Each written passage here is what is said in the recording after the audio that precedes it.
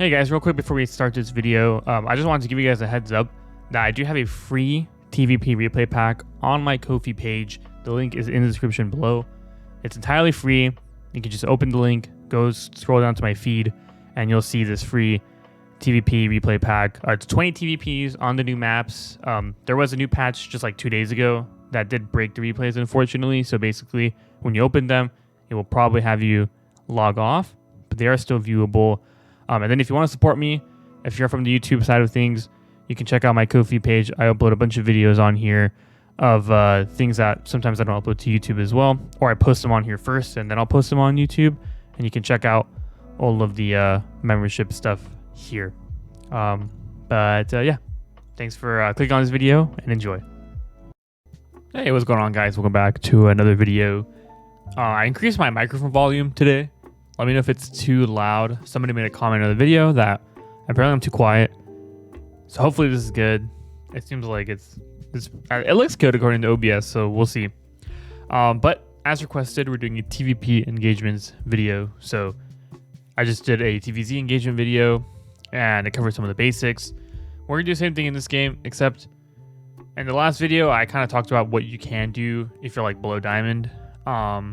I think that those principles from that game, you can also apply to this, all the matchups pretty much. So just having good macro, a lot of production, and kind of just like not being afraid to take fights. That's going to be plenty good if you're diamond or below diamond. But if you're above diamond or diamond above, then here's what you can do. So I pulled this replay from a personal game of mine. So we're not going to use Maru today. And I'll be covering basically two types of engagements that are extremely common against Protoss. The most obvious Colossus, High Templar engagements, and then maybe your 2-base tank pushes if you're using those. So this game was pretty fun. A lot of harassment, a lot of just like multi-pronging, and basically my opponent just like is like, all right, I'm not gonna win this game, so I'm gonna all in. Gets that Warp Prism. He's got lots of High Templar, 3 Colossus. Actually, yeah, nearly the same army supply here. So, but I did a really good job of setting up the engagement. So that's why I want to use this as an example. So, well, the first thing you want to do, and like I said in the previous video, the TVZ video, is that you always want to have the high ground advantage if possible. You never want to fight from the low ground, okay? In general, regardless of the matchup, that's something that you want to do and something that you kind of have to do, like, if you want to win. I mean, you can't win taking a low ground fight, but usually you'd have some other kind of advantage going on, or your opponent makes a mistake, and that's why you would win. But, like I said, in general, above the ramp, perfect. Okay, so with that being said, if you can't do that, then your next best step is going to be being in an open area or having them fight in a choke or through a choke. Okay, so in this case, I caught wind of him moving out here, and so what you're gonna see me do is sort of try to control this high ground. Obviously, like, I don't know which way he's gonna go. He could go this way, he could go that way, so I'm trying to sort of like figure out more or less which direction, which angle they're pursuing. Now, the very first thing, well, maybe not the very first thing, but the second thing you want to do. So first thing you're gonna do is just put yourself in a good position on the map, okay, for the fight. So like I said earlier, that can be the top of a ramp, in an open area, and maybe force them to walk into a choke. Okay, those are all steps that you can do before the actual fight starts, okay? Assuming that you know they're going across the map. So that's going to be a disclaimer there, is that you need to know. And in general, it's an RTS game, right? So in general, you should be out there looking for where their army is and where they're going, okay? So after that, against Protoss, if there are High Templar on the map, or maybe any of the Spellcaster, you want to look for picks. Okay, this can be targeting Colossus with your Vikings and getting some free shots in. This can be EMPing High Templar, sniping a Disruptor, sniping High Templar, all that stuff. That's what you're looking for next, okay? So, in this case, what I'm most afraid of here are the High Templar or the Storms.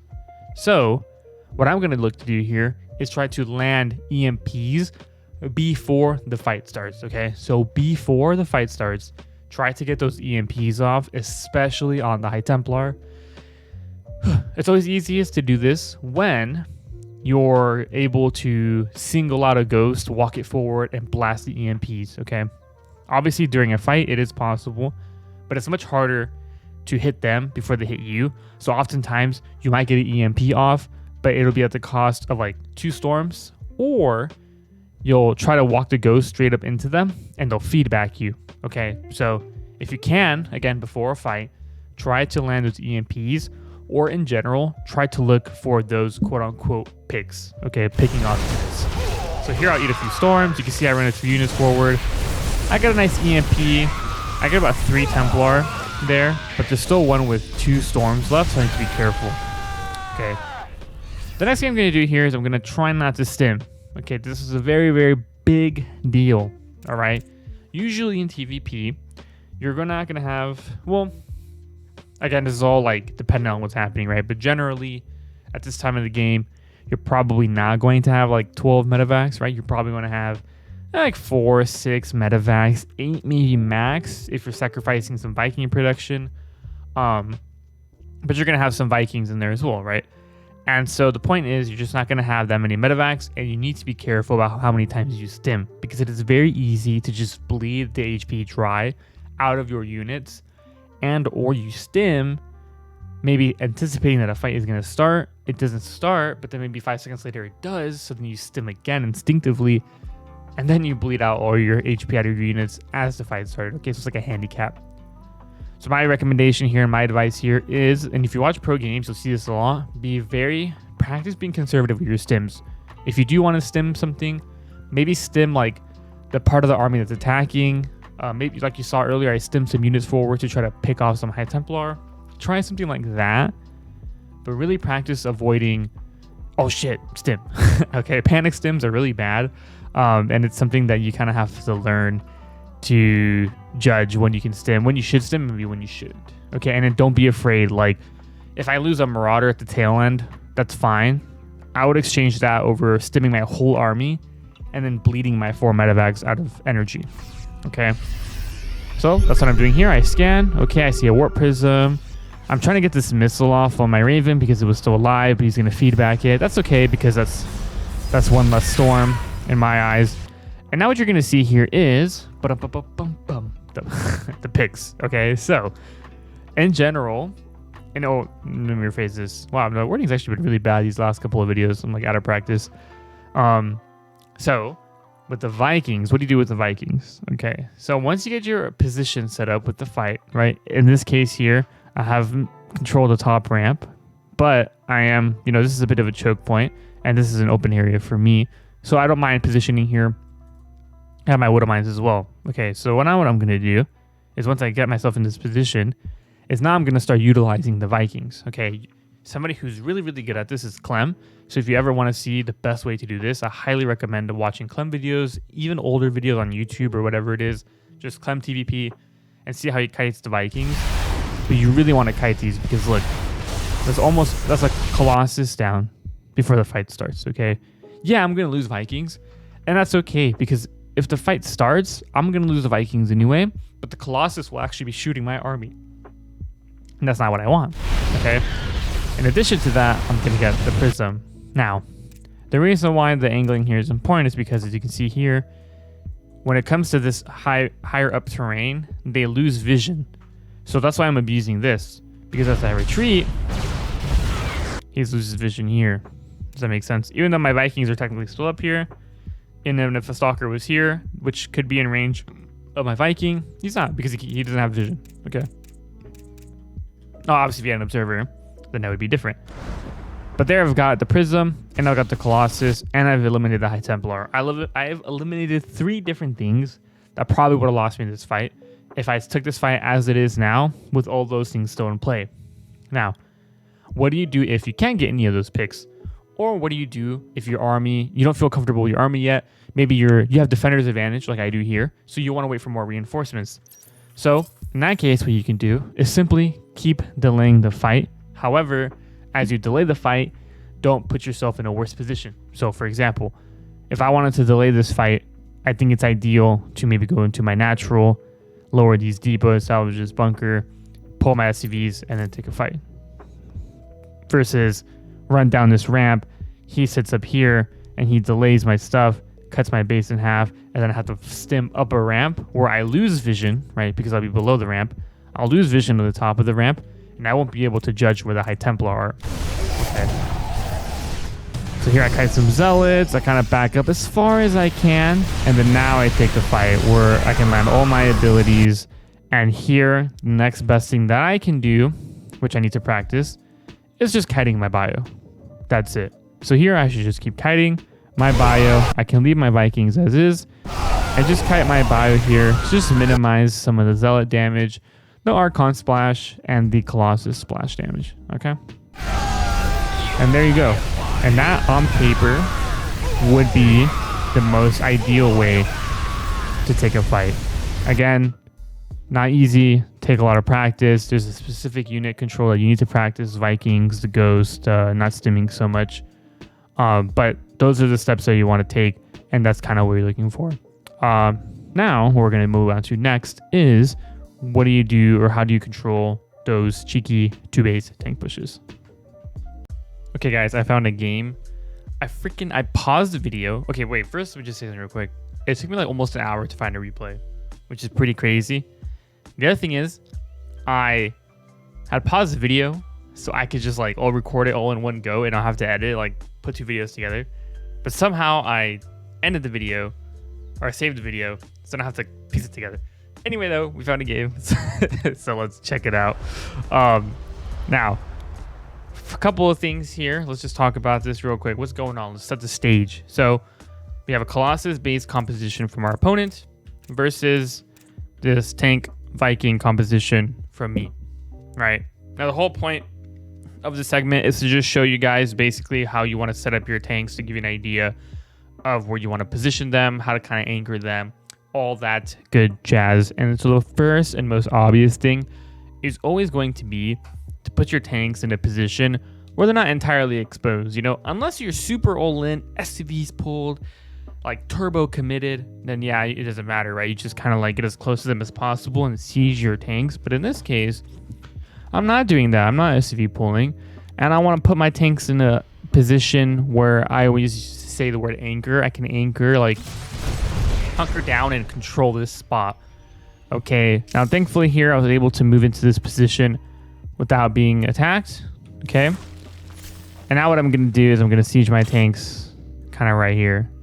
Okay, so I'm gonna put these, and the reason I'm gonna put these there is it allows me to control some of this. Obviously, most Protoss players will have the natural, so you're able to get some of that stuff, and then they're also not entirely exposed. Okay, and what I mean by that is basically if Zealots run in, they kind of have to like choke themselves up and run in like in a little ball to get my tanks here, and that makes it easier for my bio to shred them, right? Because they're kind of just stuck inside the tank or in between the tank. Does that make sense? Now, this isn't the only spot that works. On multiple maps, there's going to be multiple places to attack, and it kind of just depends on how aggressive or how ahead you are, maybe. In this case, I failed to realize that this person didn't have a charge yet, and I really could have just sieged my tanks here, right? So you want to think about basically a position similar to this. Any position where they're not entirely exposed and they can anchor down or control a certain part or area of the map. So if I put my tanks here, I would control basically this, right? But these are also hard to get with Zealots because they have to go around here down a ramp. That chokes them up too, or kind of clumps them up together. So your tanks can do extra splash damage to them on the way down. Or they'd have to bring their Stalkers or Immortal closer, and you can target fire the Stalkers with the siege tanks, okay? Kind of same thing here. So you're looking for this position, kind of like a little nook, like a little like area patch where you can just like siege your tanks and then control a certain segment of the map. And on some of these, for example, like here, it could also be good. Maybe if you have to siege up here, this gives you a wide range here. But most of the time, you'll find places next to a third base where you can nearly hit the third or threaten the third, but you control a big part of this walkway, where if you decide to send some bio up this ramp to threaten the third, they have to kind of move their units into that walkway, and those 4 or 5 tanks can shoot the units as they move in, okay? Then here you can see I can leapfrog my tanks forward. Yeah, this game was pretty crazy, actually. I remember this game now. Yeah, and I basically just like control this part of the map, and then now you can see I'm getting more aggressive with it because I want to end this game. I'm obviously all-inning. There's going to be a big zealot run by, and so then you'll see me. Oh, and that's actually another thing, especially here. You see how all my tanks are lined up like this? This is because I want all of them to shoot at the same time. Okay, so ideally you want to have your siege tanks in a position. Well, there's actually two ways to think about this. You either want them to all protect each other, or you want them to all have the same range so you can shoot at the same exact time, so you can maximize your damage output at every volley. So if I have them all on a line here, they will all shoot at the same time and have roughly the same surface area coverage. So if my opponent A moves in here, all 4 of my siege tanks can hit a Colossus, as opposed to only, see here, 3 siege tanks are hitting. And this one is actually farther back, but I didn't want to block too much of my bio here, but you get the picture, right? This one also here. So as these come in, all my tanks are shooting versus I have 1 tank here, 1 tank here, 1 tank here, 1 tank here. Does that make sense? And you can see that. That helped a lot. And again, the siege tanks and the liberators help control this part of the map and this here. And random units will like get aggroed by the siege tank shots, and they will follow you. They will chase you in there, okay? And that's why we do that. And there you go. But that's the idea. Okay, I do end up winning this game, but that's not important. What's important is I explain the technical stuff. All right. With that being said, thanks for watching this video, guys. If you guys have any questions, feel free to let me know. Seems like I'll probably do a TVT one since this has been fairly well received, I suppose. So hopefully the audio stuff is a bit better. I think that last segment was probably a bit too loud. But otherwise, again, thanks for watching, guys, and I'll catch you guys later.